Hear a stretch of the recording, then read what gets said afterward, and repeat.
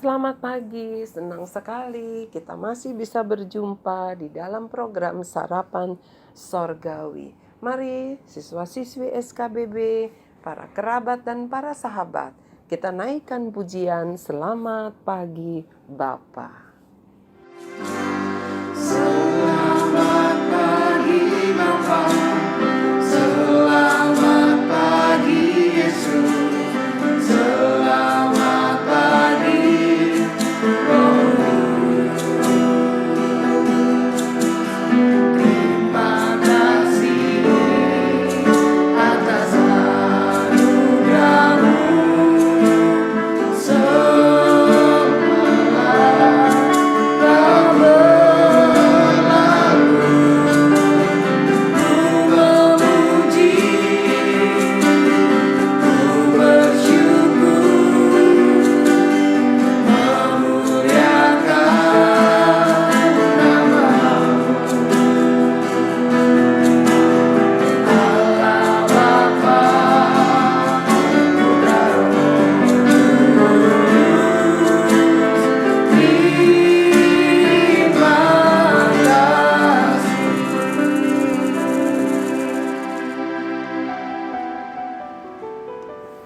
Bapa dalam surga, terpujilah nama-Mu, begitu luar biasa kasih-Mu di dalam hidup kami. Tuhan tetap memberikan kami kesempatan untuk menikmati sarapan bagi jiwa kami, sarapan yang menyehatkan iman kami.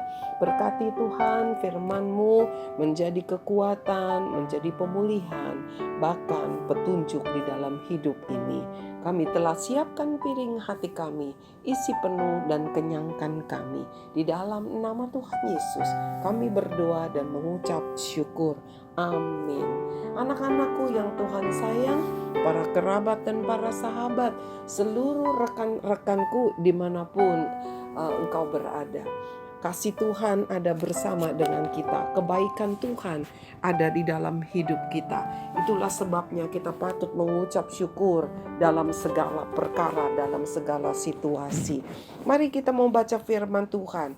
Masih tetap di dalam Matius pasal yang keempat, ayat yang ke-8.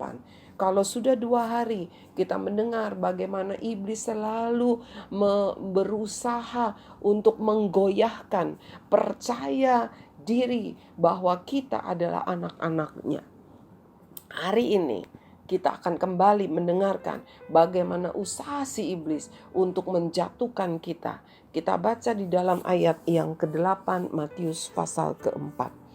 Dan iblis membawanya pula ke atas gunung yang sangat tinggi dan memperlihatkan kepadanya semua kerajaan dunia dengan kemegahannya. Anak-anak yang Tuhan sayang, kalau kemarin kita membaca bahwa iblis membawa Yesus ke atas bubungan bait Allah. Kali ini 2 hal dia sudah tidak berhasil. Lalu dia masih mencoba untuk hal yang ketiga. Dikatakan dia membawa Yesus ke atas gunung yang sangat tinggi dan memperlihatkan kepadanya semua kerajaan dunia dengan kemegahannya. Jadi kita bisa bayangkan bagaimana gunung itu begitu tinggi sehingga seluruh dunia bisa dilihat. Ya, seluruh kerajaan dunia yang ada pada saat itu dengan segala kemegahannya bisa dilihat. Lalu mau ngapain dia bawa ke atas sana? Lalu kita baca ayat yang ke-9. Dan berkata kepada Yesus, semua itu akan kuberikan kepadamu jika engkau sujud menyembah aku. Ya. Kali ini iblis gak bilang begini, jika engkau anak Allah. Dia gak bilang begitu lagi. Ya, karena udah gak bisa digoyahkan. Saya memang anak Allah. Gak bisa lagi digoyahkan. Jadi iblis juga tahu, kalau engkau tidak tergoyahkan dalam hal ini, dia akan coba dalam hal yang lain. Begitu juga terhadap Yesus, kita belajar selalu. Kalau Yesus saja dicobai, apalagi kita. Ya, karena kita lihat, dia gak bilang lagi kalau engkau anak Allah, jika engkau anak Allah. Enggak, tapi dia langsung berkata, semua ini akan kuberikan kepadamu jika engkau sujud menyembah aku. Lucu ya, Yesus ditawarkan dunia. Ya, kerajaan dunia dengan kemegahannya. Yesus ditawarkan kerajaan dunia dengan kemegahannya. Padahal Yesus ini pemilik kerajaan sorga dan menguasai dunia. Jadi ingat baik-baik. Ya, kalau kita mengerti bahwa kita anak Allah, kita tahu apa yang menjadi hak dan milik kita. Kita tidak akan tergoda dengan tawaran si iblis. Ketika Yesus ditawarkan itu dengan satu alat tukar, barter, ya, harus menyembah kepada iblis. Rupanya iblis udah gak tahan banget. Dia ingin ada penyembah-penyembah. Sampai Yesus pun dibujuk untuk menjadi penyembahnya. Anak-anak yang Tuhan sayang, ingat baik-baik. Hari ini Tuhan mengajar kepada kita. Firman Tuhan mengajar kita bahwa iblis sangat memerlukan penyembah-penyembah. Ya. Karena dia bukan pencipta, sehingga dia tidak punya penyembah-penyembah. Dia harus mencuri penyembah-penyembah Tuhan, dicuri, dibujuk, ditipu agar menjadi penyembah-penyembahnya.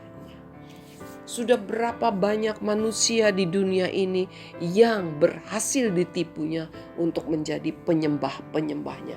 Lewat apa? Satu, dia berikan apa yang ada di dunia ini. Kenapa dia tidak berikan yang di sorga? Karena memang sorga dia tidak bisa berikan. Dunia hanya sementara. Yang iblis berikan tidak dapat hal-hal yang kekal. Yang dia berikan hanya dunia, kesenangan yang sementara. Nanti yang kekalnya adalah kesusahan yang kekal di neraka. Karena itulah kerajaan si iblis. Anak-anak yang Tuhan sayang, yang Tuhan kasihi, kita tahu bahwa kita sebagai anak-anak Allah, kita gak perlu dunia. Karena dunia hanya sementara. Kita di dunia hanya sementara. Tetapi kita sudah diberikan tempat, diberikan hak, diberikan tiket melalui Yesus Kristus untuk masuk kepada kerajaan sorga, hidup kekal selama-lamanya. Kita tidak perlu dunia. Jangan tertipu. Sekali lagi saya katakan, kita tidak perlu dunia. Lalu bagaimana? Saya kan masih hidup di dunia. Saya perlu makan, saya perlu pakaian. Benar. Ya, benar sekali. Tetapi bukankah Tuhan yang memberikan kita hidup, Dia juga memelihara hidup kita? Bukankah selama ini kamu dan saya sudah mengalami bagaimana pemeliharaan Tuhan? Tuhan tidak menjanjikan bahwa kita akan menjadi kaya raya. Tetapi Tuhan menjanjikan orang yang takut kepada Tuhan, anak cucunya tidak akan hidup meminta-minta. Jangankan sekarang, nanti aja anak cucunya nggak akan hidup meminta-minta. Kita hanya perlu takut kepada Tuhan. Kita hanya perlu hormat dan taat tunduk kepada Tuhan. Dia yang memberikan nafas hidup kepada saya dan kamu. Dia juga yang sanggup memelihara apapun kebutuhanmu di dunia ini. Dia tidak akan membiarkan engkau telanjang. Dia tidak akan membiarkan engkau hidup meminta-minta di pinggir jalan untuk sesuap nasi. Pegang janji Tuhan ini.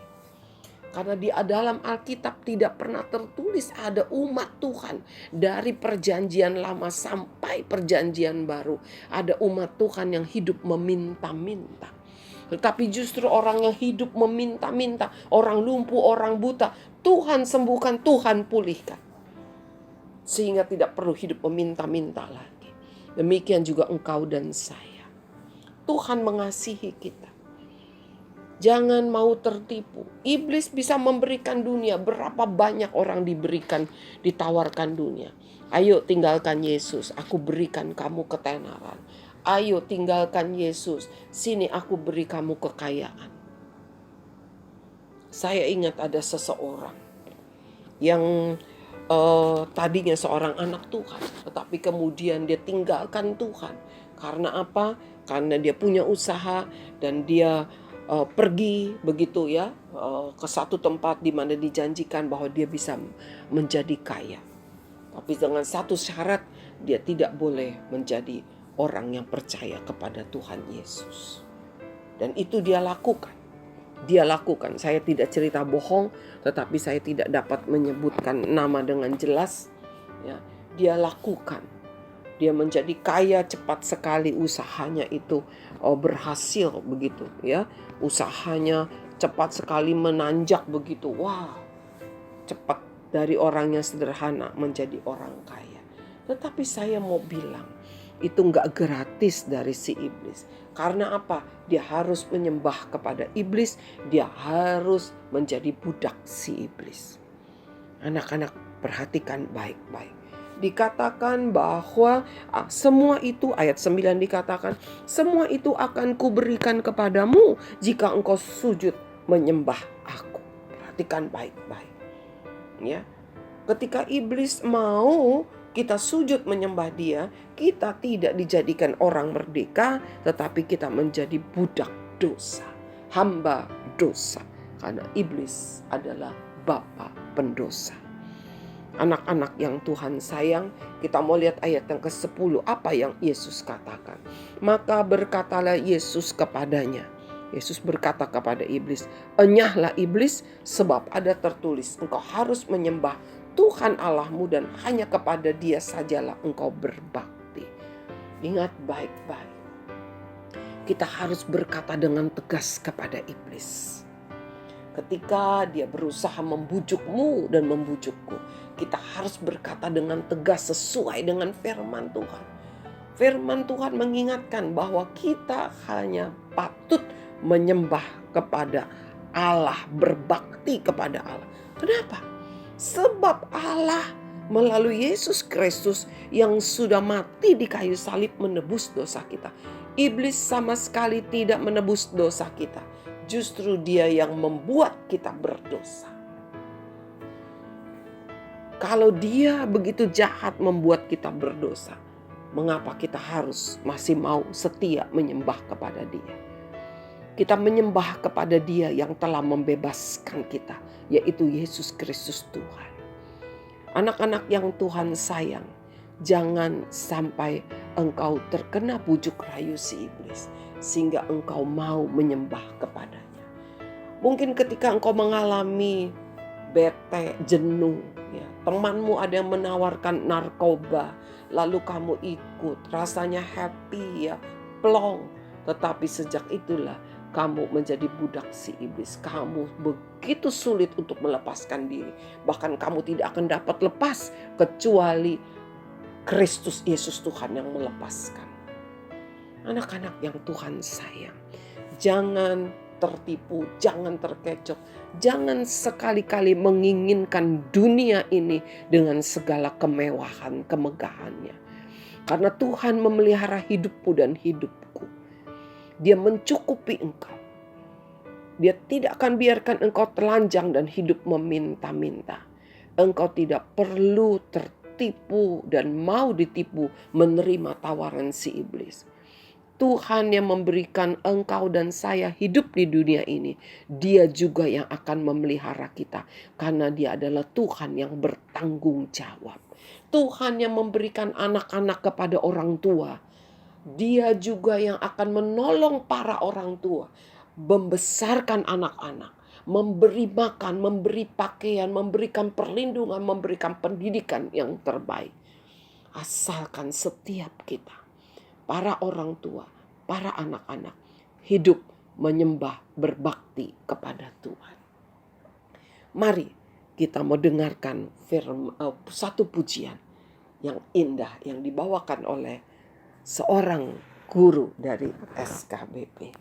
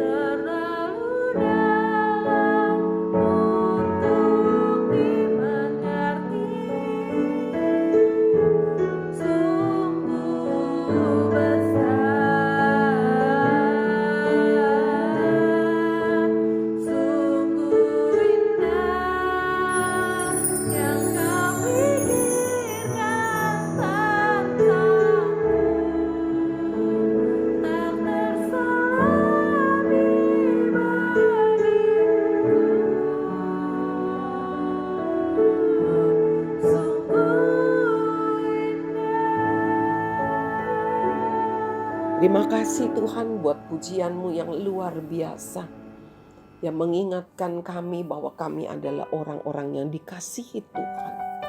Bahwa Tuhan yang memelihara hidup kami, bahwa Tuhan yang menolong kami di dalam kehidupan ini. Kami tidak perlu mengejar dunia ini, karena dunia akan lenyap dengan segala keinginannya. Tetapi kami mau terus menjadi penyembah-penyembah-Mu. Kami mau berbakti kepadamu dengan setia sampai akhir hidup kami.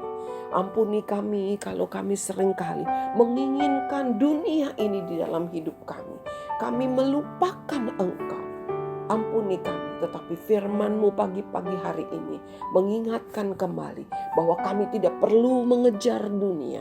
Karena segala apapun hidup kami di dunia, Tuhan cukupkan. Tuhan pelihara kami. Terima kasih ya Tuhan. Terima kasih Yesus. Kami berdoa, kami mengucap syukur hanya di dalam nama Tuhan Yesus. Amin. Anak-anak, ingat, engkau hidup di dalam pemeliharaannya.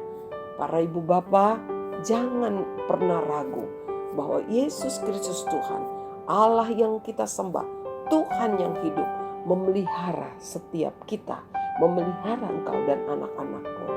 Sampai ketemu besok pagi, Tuhan Yesus memberkati.